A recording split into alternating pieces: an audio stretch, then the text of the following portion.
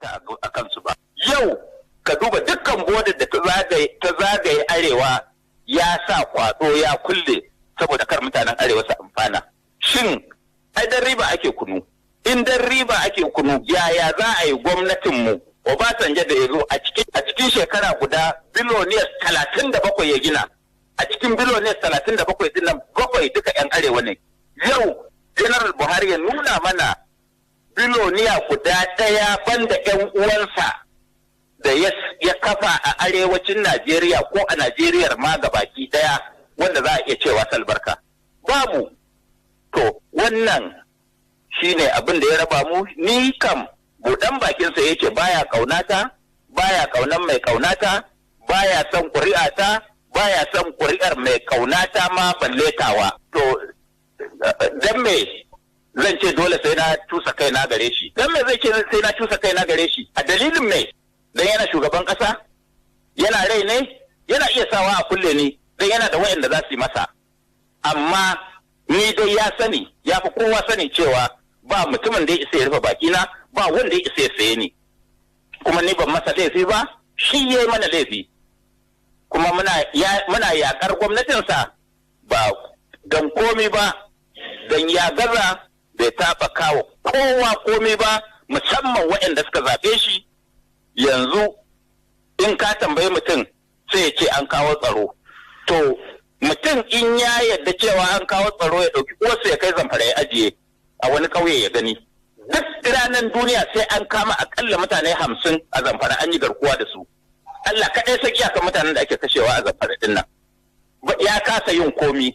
Kai kana Kaduna, ka san abin da yake birnin Gwari.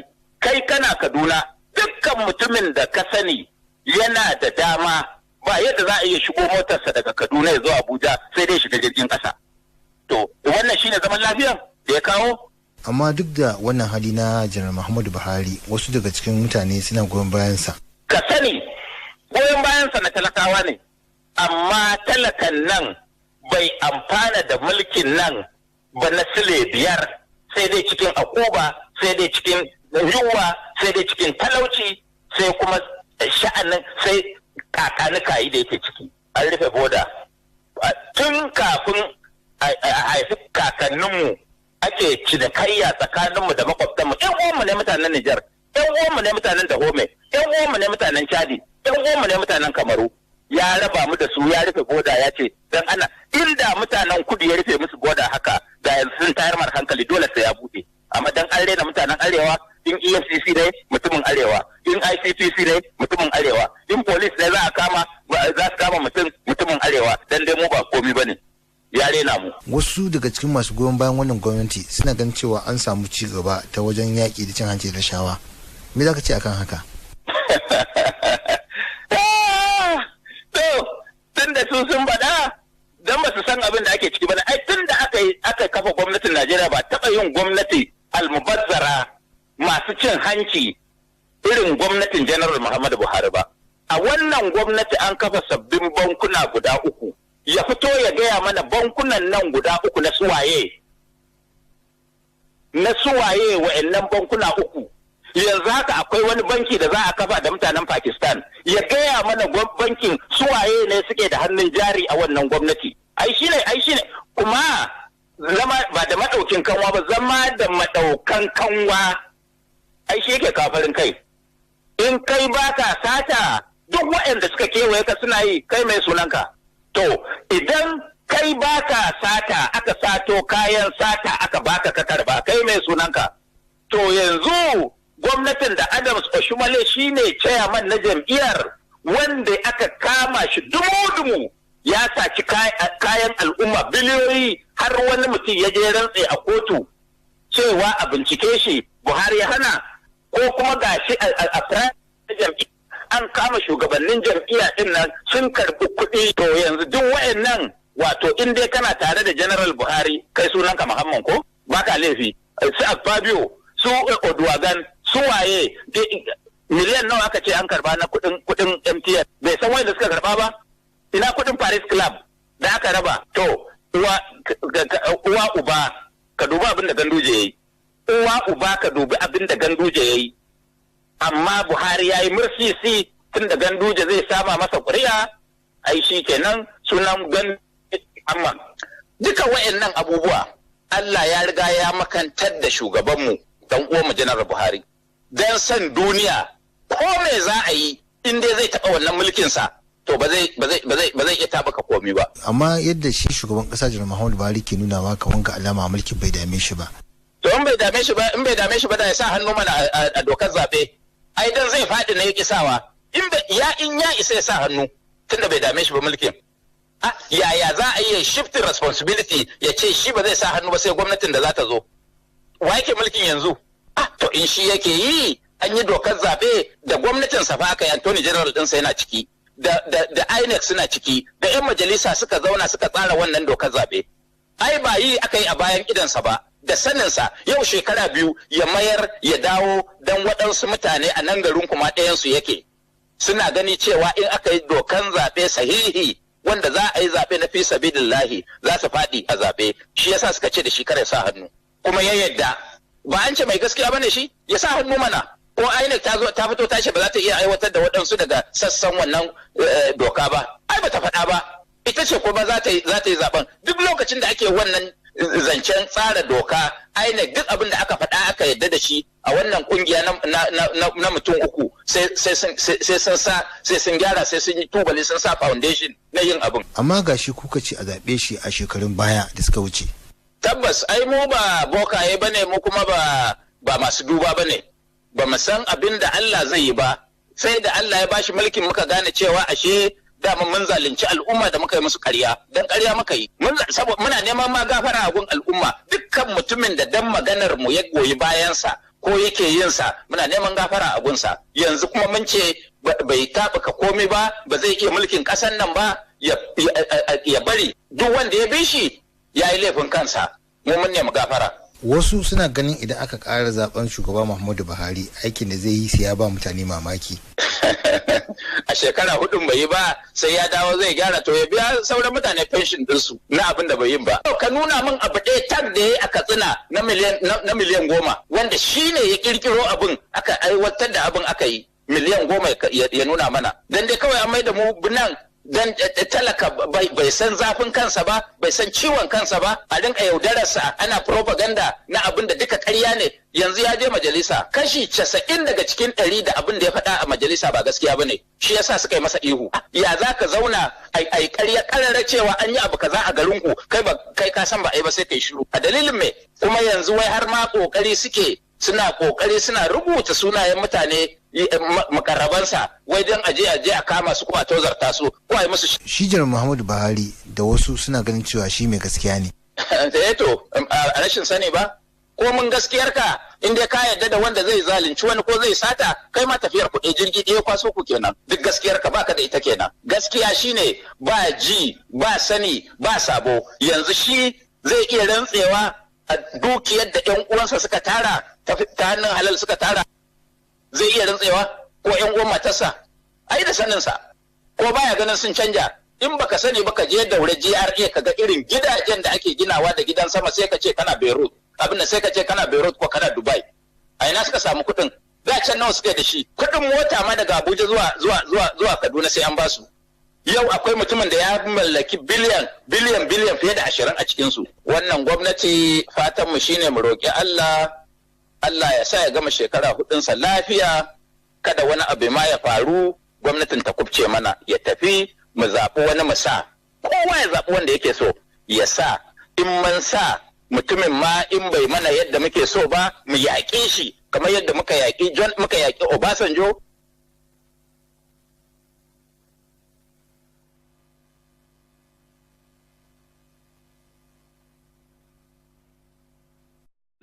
a kansu ba. Yau ka duba dukkan bodin da ta zagaye arewa ya sa kwado ya kulle saboda kar mutanen arewa su amfana. Shin ai dan riba ake kunu. In dan riba ake kunu yaya za a yi gwamnatinmu Obasanjo da ya zo a cikin shekara guda biloniyas 37 ya gina. A cikin biloniyas 37 din nan 7 duka 'yan arewa ne. Yau General Buhari ya nuna mana biloniya guda ɗaya banda 'yan uwansa da ya kafa a arewacin Najeriya ko a Najeriya ma gabaki daya wanda za a iya cewa salbarka babu. To wannan shine abin da ya raba mu. Ni kam buɗan bakinsa yake baya kaunata, baya kaunan mai kaunata, baya son ƙuri'ata, baya son ƙuri'ar mai kaunata ma balletawa. To dan me zan ce dole sai na cusa kai na gare shi? Dan me zai ce sai na cusa kai na gare shi? A dalilin me? Dan yana shugaban ƙasa? Yana rai ne? Yana iya sawa a kulle ni dan yana da wayanda za su yi masa. Amma ni dai ya sani, ya fi kowa sani cewa ba mutumin da ya isa ya rufe bakina, ba wanda ya isa ya saye ni. Kuma ni ban masa laifi ba, shi ya yi mana laifi. Kuma muna yaƙar gwamnatinsa ba don komi ba, don ya gaza bai taɓa kawo kowa komi ba, musamman waɗanda suka zaɓe shi. Yanzu in ka tambayi mutum sai ya ce an kawo tsaro. To mutum in ya yarda cewa an kawo tsaro ya ɗauki uwarsa ya kai Zamfara ya ajiye a wani ƙauye ya gani. Duk ranar duniya sai an kama akalla mutane 50 a Zamfara an yi garkuwa da su. Allah kaɗai sai iyakan mutanen da ake kashewa a Zamfara din nan. Ya kasa yin komi. Kai kana Kaduna, ka san abin da yake birnin Gwari. Kai kana Kaduna, dukkan mutumin da ka sani yana da dama ba yadda za a iya shigo motarsa daga Kaduna ya zo Abuja sai dai shiga jirgin ƙasa. To, wannan shine zaman lafiya da ya kawo? Amma duk da wannan hali na Janar Muhammadu Buhari, wasu daga cikin mutane suna goyon bayansa. Ka sani, goyon bayansa na talakawa ne, amma talakan nan bai amfana da mulkin nan ba na sile 5, sai dai cikin akuba, sai dai cikin yunwa, sai dai cikin talauci, sai kuma sha'anin sai kakanika yi da yake ciki. An rufe boda. Tun kafin a haifi kakanninmu ake cinikayya tsakaninmu da makwabtanmu. Yan uwanmu ne mutanen Nijar, yan uwanmu ne mutanen Dahome, yan uwanmu ne mutanen Chadi, yan uwanmu ne mutanen Kamaru. Ya raba mu da su, ya rufe boda, ya ce dan ana inda mutanen kudu ya rufe musu boda haka da yanzu sun tayar mar hankali dole sai ya bude. Amma dan an rena mutanen arewa, in EFCC ne mutumin arewa, in ICPC ne mutumin arewa, in police ne za su kama mutumin arewa, dan dai mu ba komi bane. Ya rena mu. Wasu daga cikin masu goyon bayan wannan gwamnati suna ganin cewa an samu ci gaba ta wajen yaƙi da cin hanci da rashawa. Me za ka ce akan haka? Tun da su sun faɗa don ba su san abin da ake ciki ba. Ai tun da aka kafa gwamnatin Najeriya ba taɓa yin gwamnati almubazzara masu cin hanci irin gwamnatin General Muhammadu Buhari ba. A wannan gwamnati an kafa sabbin bankuna guda 3. Ya fito ya gaya mana bankunan nan guda 3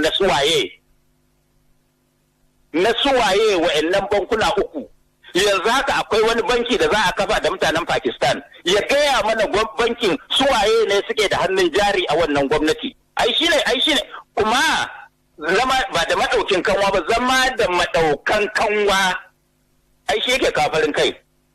In kai baka sata duk waɗanda suka kewaye ka suna yi, kai mai sunanka. To idan kai baka sata aka sato kayan sata aka baka ka karba, kai mai sunanka. To yanzu gwamnatin da Adams Oshumale shine chairman na jam'iyyar, wanda aka kama shi dumu-dumu ya saci kayan al'umma biliyoyi, har wani mutum ya je rantse a kotu cewa a bincike shi, Buhari ya hana. Ko kuma gashi a jam'iyyar an kama shugabannin jam'iyya din nan sun karbi kuɗi. To yanzu duk wayannan, wato in dai kana tare da General Buhari, kai sunanka Muhammad ko baka laifi. Su Akpabio, su Oduwagan, su waye miliyan nawa aka ce an karba na kudin MTN, bai san wanda suka karba ba. Ina kudin Paris Club da aka raba. To uwa uba ka dubi abin da Ganduje yayi, uwa uba ka dubi abin da Ganduje yayi. Amma Buhari yayi mursisi tun da Ganduje zai sama masa ƙuri'a, ai shi kenan sunan amma duka wayannan abubuwa Allah ya riga ya makantar da shugabanmu dan uwanmu Janar Buhari. Dan san duniya ko me za a yi in dai zai taɓa wannan mulkinsa, to ba zai iya taɓaka komi ba. Amma yadda shi shugaban ƙasa Janar Muhammadu Buhari ke nuna ma kamar ga alama mulkin bai dame shi ba. To in bai dame shi ba da ya sa hannu mana a dokar zaɓe. Ai dan zai faɗi ne ya kisawa. In ya isa ya sa hannu. tunda bai dame shi ba mulkin. Yaya za a yi shifting responsibility ya ce shi ba zai sa hannu ba sai gwamnatin da za ta zo? Wa yake mulkin yanzu? To in shi yake yi, an yi dokar zaɓe da gwamnatin sa fa aka yi, Attorney General ɗinsa yana ciki, da INEC suna ciki, da 'yan majalisa suka zauna suka tsara wannan dokar zaɓe. Ai ba yi aka yi a bayan idansa ba, da saninsa yau shekara 2 ya mayar ya dawo don waɗansu mutane a nan garin kuma ɗayansu yake. Suna gani cewa in aka yi dokan zaɓe sahihi wanda za a yi zaɓe na fi sabilillahi za su faɗi a zaɓe, shi yasa suka ce da shi kare sa hannu. Kuma ya yadda, ba an ce mai gaskiya bane shi ya sa hannu mana. Ko INEC ta fito ta ce ba za ta iya aiwatar da waɗansu daga sassan wannan doka ba. Ai ba ta faɗa ba. Ita ce kuma za ta yi zaɓen. Duk lokacin da ake wannan zancen tsara doka, INEC duk abin da aka faɗa aka yadda da shi a wannan kungiya na mutum 3 sai sun gyara, sai sun yi tubali, sun sa foundation na yin abin. Amma gashi kuka ce a zaɓe shi a shekarun baya da suka wuce. Tabbas ai mu ba bokaye bane, mu kuma ba masu duba bane. Ba mu san abin da Allah zai yi ba, sai da Allah ya bashi mulkin muka gane cewa ashe dama mun zalunci al'umma da muka yi musu ƙarya, dan ƙarya muka yi. Muna neman ma gafara a gun al'umma, dukkan mutumin da dan maganar mu ya goyi bayansa ko yake yin sa muna neman gafara a gunsa. Yanzu kuma mun ce bai taɓuka komai ba zai iya mulkin ƙasan nan ba, ya bari duk wanda ya bi shi ya yi laifin kansa, mu mun nemi gafara. Wasu suna ganin idan aka ƙara zaben shugaba Muhammadu Buhari aikin da zai yi sai ya ba mutane mamaki. A shekara 4 bai yi ba sai ya dawo zai gyara, to ya biya sauran mutane pension ɗinsu na abin da bai yin ba. Ka nuna min abu ɗaya tag da ya yi a Katsina na miliyan 10 wanda shi ne ya ƙirƙiro abin aka aiwatar da abin aka yi miliyan 10 ya nuna mana. Dan dai kawai an mai da mu nan dan talaka bai san zafin kansa ba, bai san ciwon kansa ba, a rinka yaudararsa ana propaganda na abin da duka ƙarya ne. Yanzu ya je majalisa, kashi 90 daga cikin 100 da abin da ya faɗa a majalisa ba gaskiya bane, shi yasa suka yi masa ihu. Ya za ka zauna ai ƙarya ƙarara cewa an yi abu kaza a garin ku, kai ka san ba ai ba sai kai shiru. A dalilin me? Kuma yanzu wai har ma kokari suna rubuta sunayen mutane makarrabansa wai don aje a kama su ko a tozarta su ko a yi musu. Shi Janar Muhammadu Buhari da wasu suna ganin cewa shi mai gaskiya ne. To a rashin sani ba, ko mun gaskiyar ka in dai ka yarda da wanda zai zalunci wani ko zai sata, kai ma tafiyar kuɗi jirgi ɗaya kwaso ku kenan. Duk gaskiyar ka baka da ita kenan. Gaskiya shine ba ji ba sani ba sabo. Yanzu shi zai iya rantsewa a dukiyar da ƴan uwansa suka tara ta hannun halal suka tara, zai iya rantsewa ko ƴan uwan matarsa ai da saninsa, ko baya ganin sun canja. In baka sani baka je Daure GRA ka ga irin gidajen da ake ginawa da gidan sama, sai ka ce kana Beirut, abin da sai ka ce kana Beirut ko kana Dubai. A ina suka samu kuɗin?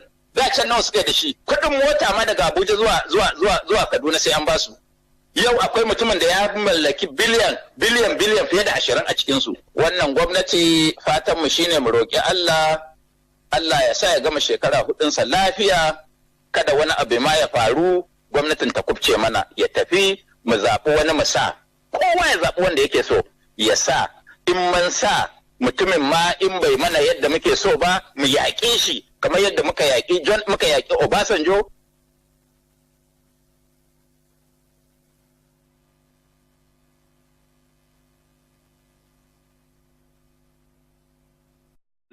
A kansu ba. Yau ka duba dukkan bodar da ta zagaye arewa ya sa kwaɗo ya kulle saboda kar mutanen arewa su amfana. Shin ai dan riba ake kunu? In dan riba ake kunu, yaya za a yi gwamnatinmu Obasanjo da ya zo a cikin shekara guda biloniyas 37 ya gina. A cikin biloniyas 37 din nan 7 duka 'yan arewa ne.